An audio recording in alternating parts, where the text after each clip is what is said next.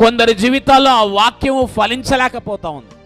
ప్రభు చెప్పాడు, అప్పుడే ఆనాడే చెప్పాడు. దానికి కారణం ఏంటంటే, కొందరు శ్రమలు వచ్చినప్పుడు, హింసలు వచ్చినప్పుడు, నిందలు కలిగినప్పుడు వాక్యం విన్నప్పుడు బాగా సంతోషపడుతున్నారు, ఆ వాక్యం విన్నప్పుడు చాలా ఆనందపడుతున్నారు.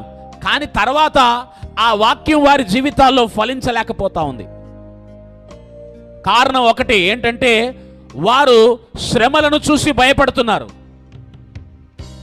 వారు హింసలను చూసి భయపడుతున్నారు, అవమానాలను చూసి భయపడుతున్నారు, నిందలను చూసి భయపడుతున్నారు. చాలా మంది జీవితాల్లో ఈ భయము ఒక నష్టాన్ని కలిగించేటువంటి ఆయుధం, అపవాది వాడుతున్న ఆయుధం ఇది. అందుకే మన జీవితాల్లో భయాన్ని పుట్టిస్తాడు. విచారం కూడా భయములో నుండి పుట్టినప్పుడు అది చాలా నష్టం కలిగిస్తుంది. అందుకే మీరు కనుక చూస్తే వారిలో ఈ వేరు లేదు.